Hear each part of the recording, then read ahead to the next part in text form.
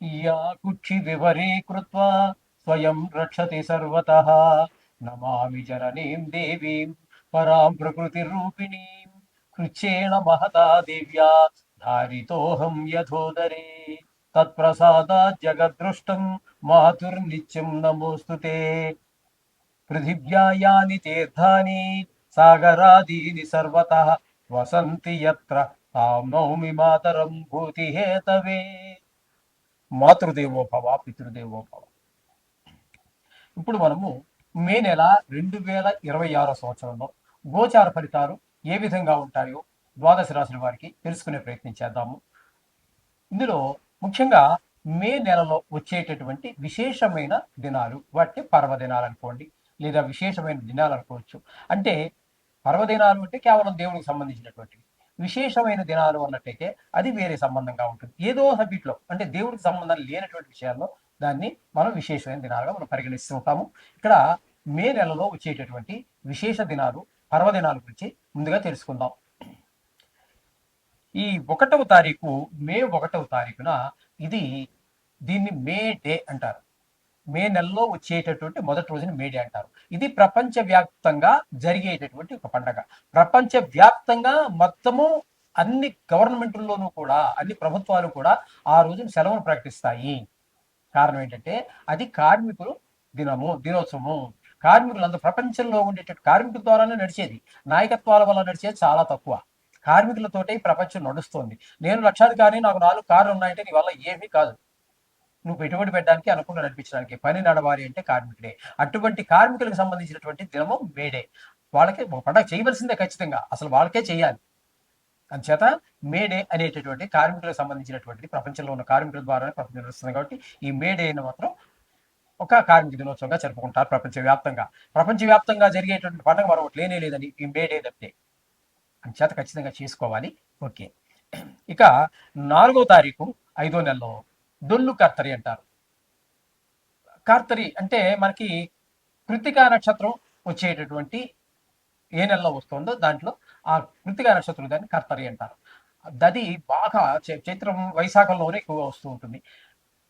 కాబట్టి ఇక్కడ మీకు ఏమవుతుందంటే మామూలుగా వేసవకాలం ఎప్పుడు కూడా మనకి వైశాఖం, చైత్రం, వైశాఖం, ఆషాఢం ఇక్కడ వరకు ఉంటూ ఉంటుంది బాగా ఎక్కువగా. ఇక్కడ మనకి ఈ డొల్లు కర్తరి అనేటటువంటి దానిలో ఎండలు బాగా తీవ్రంగా ఉంటాయి. అప్పుడు అటువంటి సమయాల్లో మట్టికి సంబంధించినటువంటి అంటే పొలం పనులు కానీ, లేదా చెక్కకు సంబంధించినటువంటి పనులు కానీ చెయ్యరు. ఇది ఒక నిషిద్ధం ఉంది ప్రపంచవ్యాప్తంగానే. అంటే మనం ముఖ్యంగా మన హిందూ దేశంలో, దేశవ్యాప్తంగా ఈ కర్తరిలో అంటే ఇప్పుడు మనకి భారతదేశంలో మనకి కర్తరి వేసవకాలం, కొన్ని దేశాల్లో చలికాలం కూడా అవ్వచ్చు. అంచేత అందరికీ లేదండి. మన భారతదేశంలో జరిగేటటువంటి విధానంలో దీన్ని డొల్లు కర్తరి అంటారు. మట్టి పనులు, చెక్క పనులు చేయరు. దాని తర్వాత అదే కర్తరి ఉండంగానే దాన్ని మనం నిజ కర్తరి అంటే మరింత తీవ్రత అవుతాయి. ఎండలు తీవ్రం బాగా ఎక్కువ అవుతాయి అనమాట. 11వ తారీఖు నుంచి ప్రారంభమవుతుంది. అక్కడ వరకు అలా. 12వ తారీఖు మహానుభావుడు ఆంజనేయ స్వామి వారి యొక్క జయంతి. దీని గురించి కాంట్రవర్సీలు ఉన్నాయనుకోండి. మా తిరుపతిలో ఉమ్మనే పుట్టాడని ఒకడంటే, మా అయోధ్యలో పుట్టాడని ఒకడంటే, మరొక దగ్గరంటే కిష్కిందలో పుట్టాడని మరొకడంటే, అనేక రకాలు ప్రతి విషయంలోనూ కూడా గతించి బాటను ప్రస్తుతం నడుస్తున్న దాని మీద మనకి కాంట్రవర్సీ ఉండదండి. గొడవలు ఏముంటాయి? అందరికీ కళ్ళ ముందు కనబడుతూ ఉంటుంది. జరిగిపోయిన దాని మీద నలుగురు 4 అభిప్రాయాలు. అక్కడికి వాడు వీడు చూసింది లేదు, వీడు చూసింది లేదు, నేను చూసింది ఎవరు చూసింది లేదు. కాబట్టి నలుగురు దగ్గర 4 అభిప్రాయ భేదాలు వస్తూ ఉంటాయి. అంత మాత్రం చేత మనం దేవుని తక్కువ చేయాల్సిన పని లేదు. ఒకవేళ ఆ ప్రాంతంలో వాళ్ళు దాన్ని నవ్వితే ఆ ప్రాంతంలో ఆ రోజున వాళ్ళు చేసుకోండి ఆ పండుగను. ఈ ప్రాంతం వాళ్ళు ఈ రోజు చేసుకుంటారు. ఈ విధంగా ఉంటుంది. ఇకపోతే 14వ తారీఖున ఇంచుమించుగా 14, 15 తారీఖుల్లోనే ఇప్పుడు కూడా రవి సంక్రమణం జరుగుతూ ఉంటుంది. ఒక రాశి నుంచి మరొక రాశిలోకి జరుగుతూ ఉంటుంది. ఈ విధంగా 14వ తారీఖున మనకి వృషభ రాశిలో ప్రవేశిస్తూ ఉన్నారు సూర్య భగవానుడు. ఇక ప్రతి నెలలోనూ కూడా వచ్చేటటువంటి మాస శివరాత్రి. ఆ మాస శివరాత్రి 18వ తారీఖు చాలా పరమ పుణ్యమైనటువంటి, పవిత్రమైనటువంటిది. ఆ రోజున కనుక అభిషేకం చేసుకున్నట్టయితే ఈశ్వరుడికి చాలా విశేషమైన ఫలితాలు లభిస్తుందని పెద్దలు చెప్పారు. అలాగే 25వ తారీఖు కృత్తికా నక్షత్రం వెళ్ళిపోయిన తర్వాత వచ్చేటటువంటి నక్షత్రం రోహిణి నక్షత్రం. ఈ రోహిణి నక్షత్రం కృత్తిక కంటే కూడా భయంకరమైనటువంటి ఎండలు ఉంటాయి. రోహిణి కాతులో రోడ్లు అంటే తెలుసు కదంటే రాతితో చేస్తారు. అటువంటి రాళ్ళతో చేసినటువంటి రోడ్లు కూడా పగిలిపోతాయి అని అంటే అంత తీవ్రంగా ఉంటుందని చెప్పడం కోసం రోహిణి కాతులో రోడ్లు కూడా పగిలిపోతాయని ఒక పెద్ద ఒక సామెతగా ఉంది. రోడ్లే పగిలిపోతే మనం ఉంటామండి. భరించడం చాలా కష్టము అనే ఉద్దేశంలో ఆ మాట అన్నారు. అది. ఇకపోతే 17వ తారీఖు నుంచి ఈ నెలలో వచ్చే విశేషం ఏంటంటే ఈ మే నెలలో అధిక జ్యేష్ఠ మాసం వస్తుంది. 4 సంవత్సరాలకు ఒకసారి మనకి తెలుగు అదే మొత్తం భారతదేశంలో అధిక మాసం ఒకటి వస్తూ ఉంటుంది. వచ్చేటటువంటి కొద్దిపాటి చిన్ని బిట్లన్నీ మిగిలిపోయినవన్నింటినీ కలిపి వీటిని లెక్క సరిచేయడం కోసం అని చెప్పేసి 4 సంవత్సరాలకు ఒకసారి మనకి అధిక మాసంలో ఒకటి వస్తూ ఉంటుంది. అధిక మాసంతో లెక్కంతా కరెక్ట్గా సరిపోతుంది.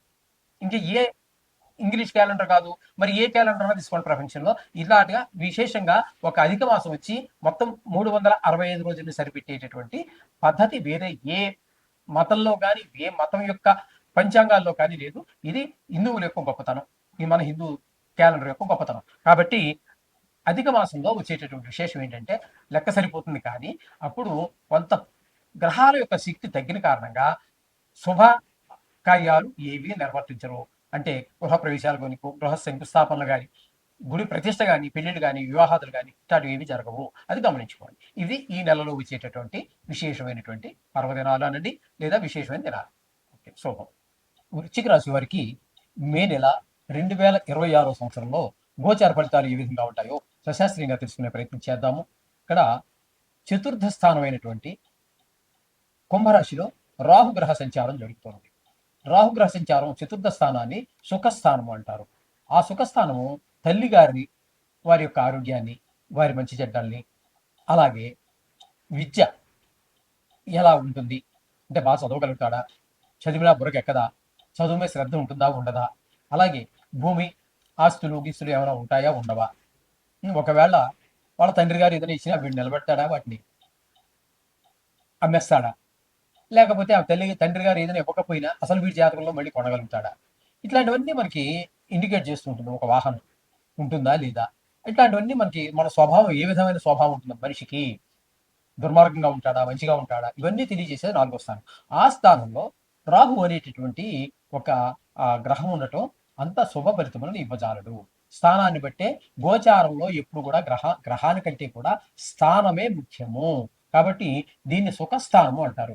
ఈ సుఖస్థానంలో రాహు అనేటటువంటి గ్రహం ఉండటం వల్ల అనుకూలమైన ఫలితములను ఇవ్వజాలడు. అంటే తల్లిగారి ఆరోగ్య విషయం కావచ్చు, విద్య పెద్దగా అబ్బకపోవచ్చు, ఆ తర్వాత మళ్ళీ విద్య అనే దగ్గరికి అక్కడితో ఆగిపోయేటటువంటిది కాదు. దానికి 3 స్థానాలు సూచిస్తూ ఉంటుంది. 4వ స్థానం ప్రాథమిక విద్య అయితే, మధ్యంగా ఉండేటటువంటి హై స్కూల్ స్టడీ అక్కడ వరకు మళ్ళీ 5వ స్థానాన్ని సూచిస్తే, పీజీ, పిహెచ్డి ఇట్లాంటి బాగా హైయర్ స్టడీస్ అన్నింటినీ కూడా ఇండికేట్ చేసేది భాగ్యస్థానం. ఇక్కడ 4వ స్థానం ప్రైమరీ. ఇక్కడ మీరు ఇంత మాత్రాన ఉద్యోగం ఉండదు ఈ బాబుకి, ఈ జాతకుడికి అని చెప్పడానికి కుదరదు. అంటే ఎలిమెంటరీ స్కూల్లో పెద్దగా శ్రద్ధ చూపించకపోవచ్చు, హై స్కూల్కి వెళ్ళాక అదే విద్యార్థి మంచి స్కోర్ చేయగలగవచ్చు. హై స్కూల్ ఇప్పుడు ఇంటర్మీడియట్లో స్టేట్ ఫస్ట్ వచ్చినటువంటి వాడు డిగ్రీలో చేరిన తర్వాత డిగ్రీ కంప్లీట్ చేయలేక 10 సంవత్సరాలు అయినా కూడా కంప్లీట్ చేయలేక మానేశారు. అంటే దుష్ట స్నేహాలు ఎక్కువైపోయాయి, వ్యాపకాలు ఎక్కువైపోయాయి, చదువు మీద శ్రద్ధ తగ్గిపోతుంది. అందుచేత 3 స్థానాలను చేసి కంపేర్ చేయాలి తప్పితే అంతకు మించి మొత్తం విద్య గురించి చెప్పడానికి ఒక స్థానం లేదండి. ఇక్కడ మొత్తం మీద ప్రైమరీ స్టడీలోనే చిన్న ఇబ్బందులు ఉంటాయి ఈ ఈ ఈ జాతకుడికి, ఎవరికి, వృశ్చిక రాశి వారికి ఈ రాహు ఉన్న కారణంగా. అలాగే 5వ స్థానాన్ని కనుక తీసుకున్నట్లయితే 5వ స్థానంలో శని, కుజ ఇద్దరు ఉన్నారు. శని భగవానుడు నెలతా ఉన్నాడు, కుజ భగవానుడు 11 రోజులు మాత్రమే ఉంటాడు. ఇక్కడ 5వ స్థానంలో శని భగవానుడు నెల రోజులు, ఈ కుజుడు 11 రోజులు కూడా సంతానం మీద ఎక్కువ దుష్ప్రభావాన్ని చూపిస్తారు. అందుచేత అంటే అప్పర్ ప్రైమరీలో చదువు ముందుకు వెళ్ళదు పిల్లల విషయంలో. ఇకపోతే వాళ్ళకి చదువు ఆటల మీద వాటి మీద శ్రద్ధ ఎక్కువ ఉండొచ్చు, వాటిలో రాణించవచ్చు, చదివేరే విషయం. విద్య విషయంలో మాత్రం వెనకడుగు వేసేటటువంటి అవకాశాలే ఎక్కువగా కనిపిస్తూ ఉంటాయి. కొంత దుష్ట స్నేహాలు, చెడు స్నేహాలు చేసేటటువంటి అవకాశం కూడా లేకపోలేదు. ఇక 6వ స్థానంలో కుజుడు ఇక్కడ 11 రోజులు ఉన్నాడు కదా 5వ స్థానంలో. తదుపరి 12వ తారీఖు నుంచి నెలాఖరు వరకు కుజుడు 6వ స్థానంలో ఉన్నారు. ఆ 6వ స్థానంలో ఉన్నప్పుడు మాత్రం కుజుడు మంచి అనుకూలమైనటువంటి ఫలితాలు ఇస్తాడు. ఏంటి అన్నట్టయితే ఆరోగ్యం బాగుంటుంది. ఎవరికైనా మనం డబ్బులు ఇవ్వాల్సి ఉన్నట్టయితే ఆ రుణం తీర్చేయగలుగుతాము. డబ్బుల కోసం మనం ప్రయత్నం చేస్తున్నాం, ఇల్లు కొంటానికో, కారు కొంటానికో, లేకపోతే పిల్లవాడిని ఏదో ఇతర దేశాలకు పంపించడానికో, దేనికో మనమే అప్పు కోసం ప్రయత్నిస్తున్నాం. అది ప్రభుత్వ రంగ సంస్థ కావచ్చు, ప్రైవేట్ వ్యక్తులు కావచ్చు, తప్పకుండా అప్పు లభిస్తుంది. అంటే అప్పు ఉంటే తీర్చగలుగుతాము, అప్పు కావాలంటే పుడుతుంది. అంటే ధనానికి లోటు ఉండనటువంటి పరిస్థితి ఉంటుంది ఈ కుజుడి వలన. అలాగే రవి 14వ తారీఖు వరకు 6వ స్థానంలోను మళ్ళీ సంచరిస్తున్నాడు. ఇక్కడ కుజుడు ఏదైతే మనకు ఫలితాలు ఇస్తూ ఉన్నాడో డబ్బులకు లోటు లేకుండా రుణం తీర్చేయడానికి కానీ, రుణం కావాలంటే పుట్టడానికి కానీ ఎలా కుజుడు అనుకూలిస్తున్నాడో అదే ఫలితాన్ని రవి భగవానుడు కూడా ఇస్తూ ఉన్నాడు. ఇకపోతే బుధుడు 13వ తారీఖు వరకు అక్కడే ఉంటున్నారు 6వ స్థానంలో. 6వ స్థానంలో బుధుడు కూడా యోగిస్తున్నాడు. కాబట్టి ఈ 6వ స్థానంలో ఉన్నటువంటి కుజుడు, అలాగే 6వ స్థానంలో ఉన్నటువంటి రవి, 6వ స్థానంలో ఉన్నటువంటి బుధుడు కూడా యోగిస్తూ ఉన్నారు. అందుచేత ధనానికి లోటు ఉండదు, ఆరోగ్యానికి కొదవ ఉండదు. ఈ విధంగా మూడు గ్రహాలు అనుకూలంగా ఉన్నాయి. ఇకపోతే ఈ రవిని కనుక తీసుకున్నట్టయితే 14వ తారీఖు వరకు మాత్రమే ఉంటాడని చెప్పుకున్నాం కదా. తదుపరి మళ్ళీ 7వ స్థానంలోకి వస్తున్నారు. 7వ స్థానంలో రవి యోగించజాలడు నెలాఖరు వరకు. అలాగే బుధుడు 6వ స్థానంలో మనం చెప్పుకున్నాం కదా, 13వ తారీఖు వరకు చెప్పుకున్నాం.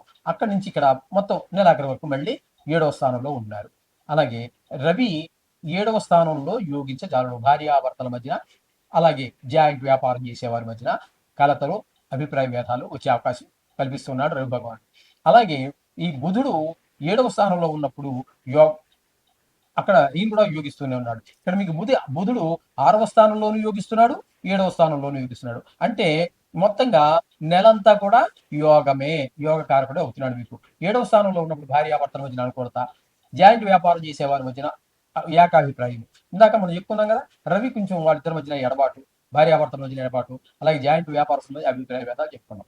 ఆ విధంగా అది అక్కడ వచ్చినటువంటి దాన్ని ఇక్కడ రవి వేరే ఫలితాలు ఇస్తూ ఉంటే దాన్ని చక్కబెట్టేటటువంటి ఫలితాలు బుధుడు ఇస్తూ ఉన్నాడు.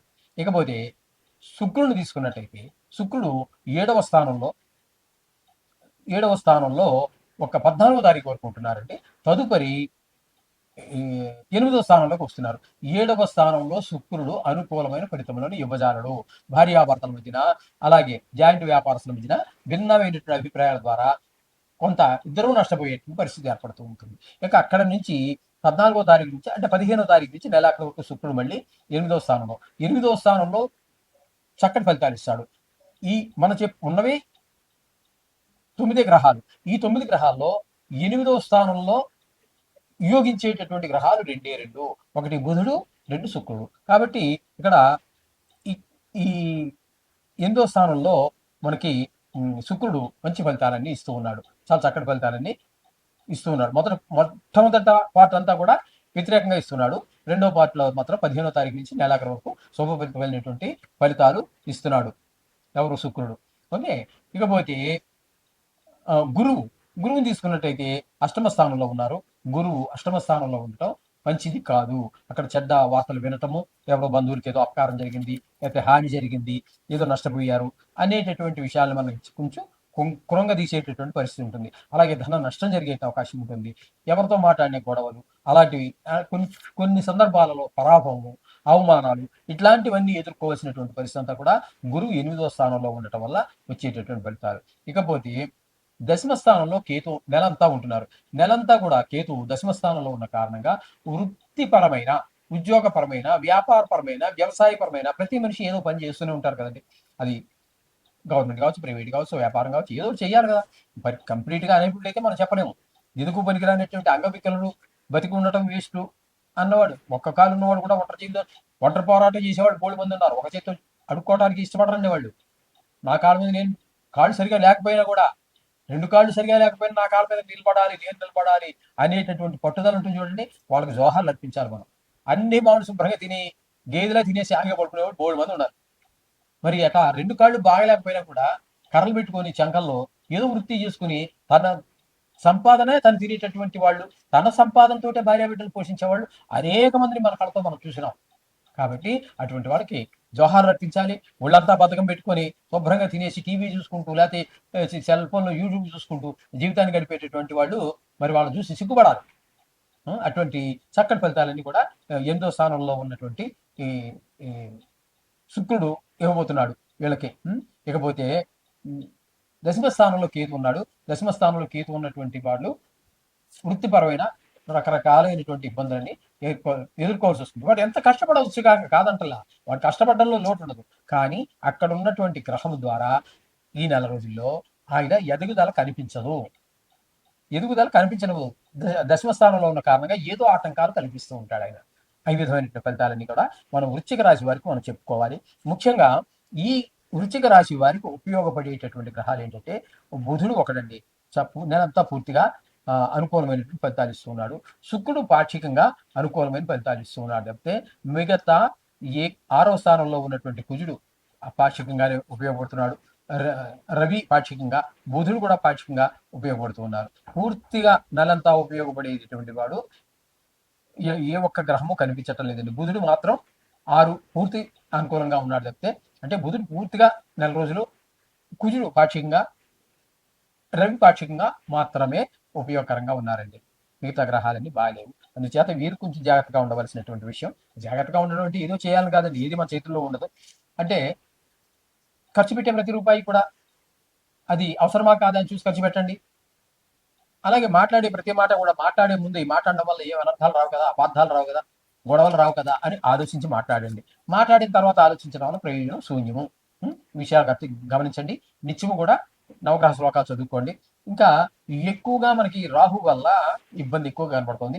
దశమస్థానంలో ఉన్న కేతు వల్ల ఇవ్వబడుతుంది. కాబట్టి అటు దుర్గాదేవికి సంబంధించినటువంటిది, ఇటు గణపతి సంబంధించినటువంటిది కేతువుకి. ఆ మంత్రాలుగా చదువుకుంటున్నాం అనుకోండి, దానికి మీరు రోజు నవగ్రహ మంత్రాలు చదువు, వాటికి మరింత బూస్ట్ అంటే మరింత శక్తినిచ్చేటటువంటి వాటిగా ఈ గణపతికి సంబంధించి, దుర్గాదేవికి సంబంధించినటువంటిది చదువుకున్నట్టయితే కొంతవరకు పరిస్థితి దారిలో పడే అవకాశం.